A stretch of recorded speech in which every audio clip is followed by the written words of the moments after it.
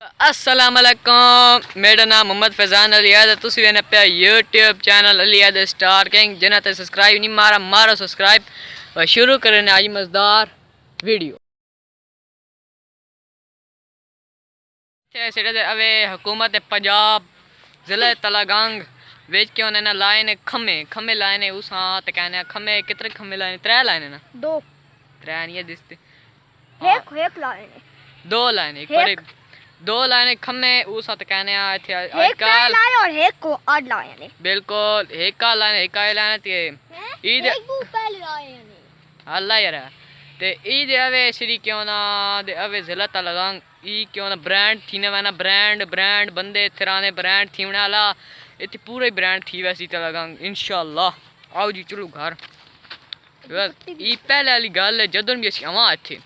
इत्थों गसां ला पौने कुत्तियां आज 2 बकरियां उसी तक की कराओ दे मुंह भी कर भी ना सकना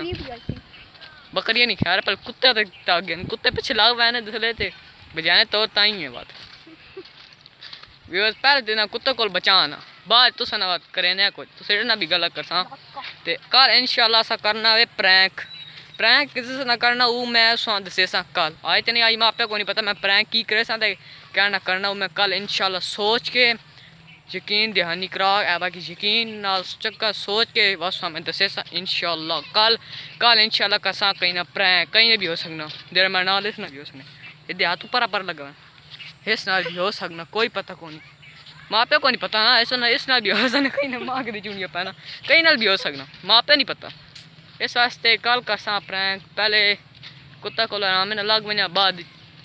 2-3 दिन मैं आया कौन हफ्ता आया कौन तो पिछे तक सारी जाग जितनी फसल सारी कटी गई और मैं तो कहना दे रहे छे क्यों ने लाए ने क्यों ना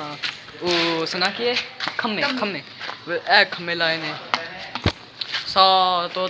बड़े खम्मे लाए ने विच अवे खाली विच हेवे खाली ते आओ जी वना